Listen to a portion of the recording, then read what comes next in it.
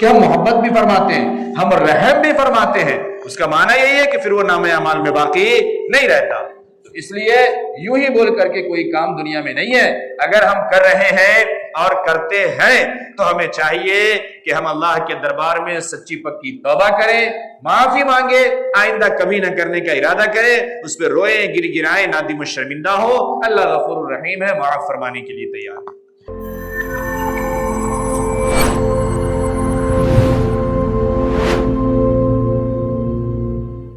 اور اگر اس کا تعلق بندے کے ساتھ ہے تو واصلہ کا ایک معنی یہ بھی سمجھ لیے کہ اس کے ساتھ صلح کرو۔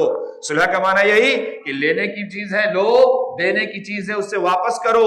اگر نہیں دے سکتے، اگر نہیں واپس کرتے، رو، گر گراؤ، جا کے اس کا ہاتھ پکڑ لو، پاؤں پکڑ لو، چاہے وہ بہن ہو، چاہے پھوپھی ہو، چاہے ماموں ہو، چاہے بڑا بھائی ہو، چاہے چھوٹا بھائی ہو، چاہے ہمارا نوکر ہو، چاہے ہمارا کوئی بھی ہو۔ اگر ہم نے اس کے ساتھ غبن کا معاملہ کیا ہے، اگر ہم نے اس کے ساتھ دھوکہ کا معاملہ کیا ہے، اگر ہم نے اس کے ساتھ ظلم کا معاملہ کیا ہے، اگر ہم نے اس کے حقوق روک لیے ہیں، اگر ہم نے اس کی اجرت نہیں دی ہے، اگر ہم نے اس کا حق نہیں دیا ہے، اس کے ساتھ اصلاح یہ ہے کہ اس کو جا کے واپس کیا جائے، اس کو دیا جائے۔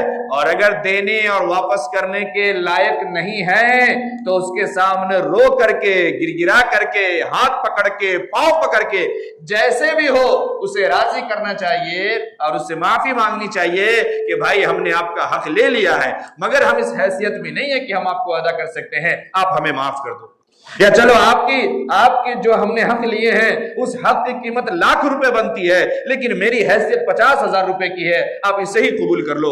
میری حیثیت 5,000 روپے کی ہے، 50 کی بھی نہیں ہے، آپ جانتے ہیں کہ ہم آپ کو 50 بھی نہیں دے سکتے، ہم 5 ہی دے سکتے ہیں، آپ اسے قبول کر لیجئے، لیکن اپنا حق مجھے دے دیجئے، اپنا حق آپ مجھے معاف کر دیجئے۔ اگر یہ کر کے دنیا میں ہم چاہے جتنا ذلیل ہو جائیں، جتنا ذلیل ہو جائیں، اپنے حق کو لینے کے لیے اور معاف کروانے کے لیے ہمیں قبول کر لینا چاہیے، کیونکہ آنکھ بند ہونے کے بعد جو عذاب کا سلسلہ شروع ہوگا اور وہاں جو ذلت و خواری کا سلسلہ شروع ہوگا، یہ دنیا اس کے مقابلے میں ایک بہت معمولی تنکے اور ذرے کے برابر نہیں ہے۔ اس لیے یہاں ہمیں کر لینی چاہیے صلح و صفائی۔ ہم خوش ہیں کہ ہم نے دھوکے سے اس کا بیچ دیا اور وہاں سے بیچ کے ہم نکل گئے، اور اب یہاں دیکھیے ہم نے اچھا لے لیا ہے اور یہاں ہم عیش و موج کی زندگی جی رہے ہیں۔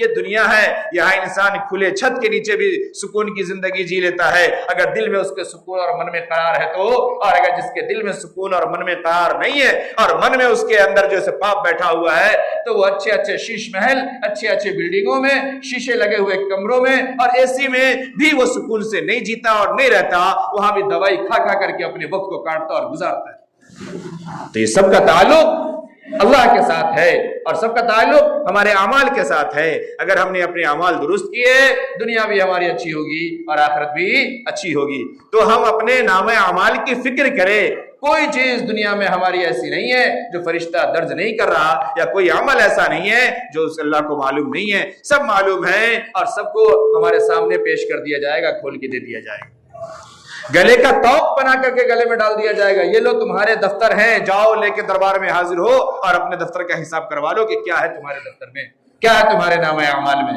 میرے محترم بزرگوں اور دوستو، یہ زندگی کے یہ پل، یہ لڑکپن، یہ جوانی، اور اس کے بعد پھر ہمارے ڈھلتے ہوئے عمر، اور پھر آخری عمر تو موت سے قریب ہم قبر کے دہانے اور سرہانے پر ہے ہی ہیں، یہ یوں ہی نہیں ہے کہ ہم بس کھا لیں، پی لیں، عیش موج کر لیں، بس ایک سلسلہ ہے، ہم پیدا ہو گئے، اب ہمارے بعد بڑے ہو گئے اور ہماری شادی ہو گئی، اب ہمارے بچے ہو گئے، اب ہم اس کی شادی کر دیں، اب اس کے بچے ہو گئے، دیکھ لیے تو ٹھیک ہے، نہ دیکھے تو دنیا سے چلے جائیں گے۔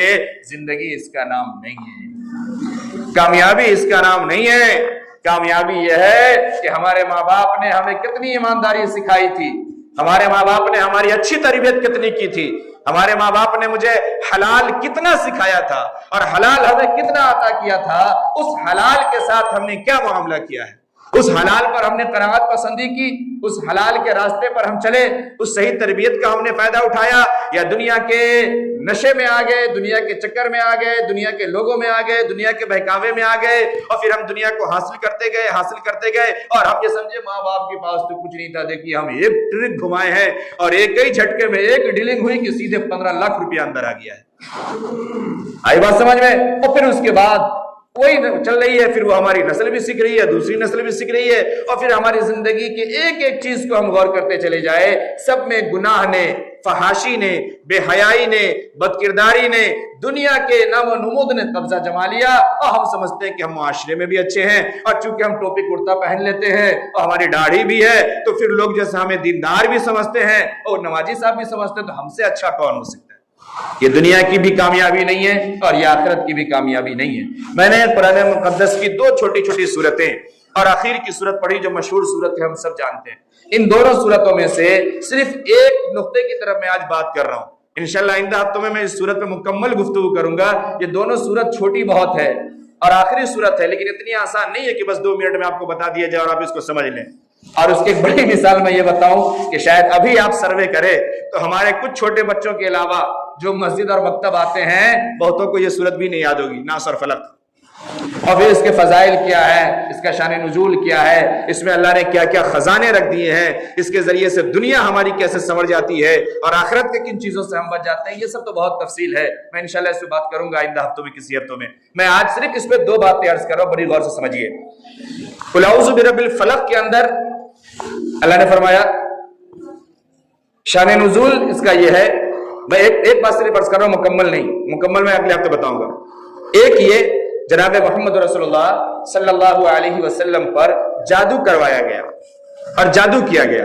جب جادو کیا گیا آپ صلی اللہ علیہ وسلم پر جادو کا اثر ہوا، وہ اثر صرف اتنا تھا کہ آپ صلی اللہ علیہ وسلم بسا اوقات کوئی کام کرتے تھے، کوئی عمل فرماتے تھے اور پھر کہتے تھے کہ یہ کام نہیں کیے ہوں، یاد نہیں رہتا تھا، ہلکا سا یہی اثر ہوا تھا صرف جادو کا۔ بہرحال تو جادو کرایا گیا، پھر اس کے بعد فرشتے خواب میں آئے، مکمل شان نزول ہے، میں نام کے ساتھ بتاؤں گا آئندہ ہفتوں میں۔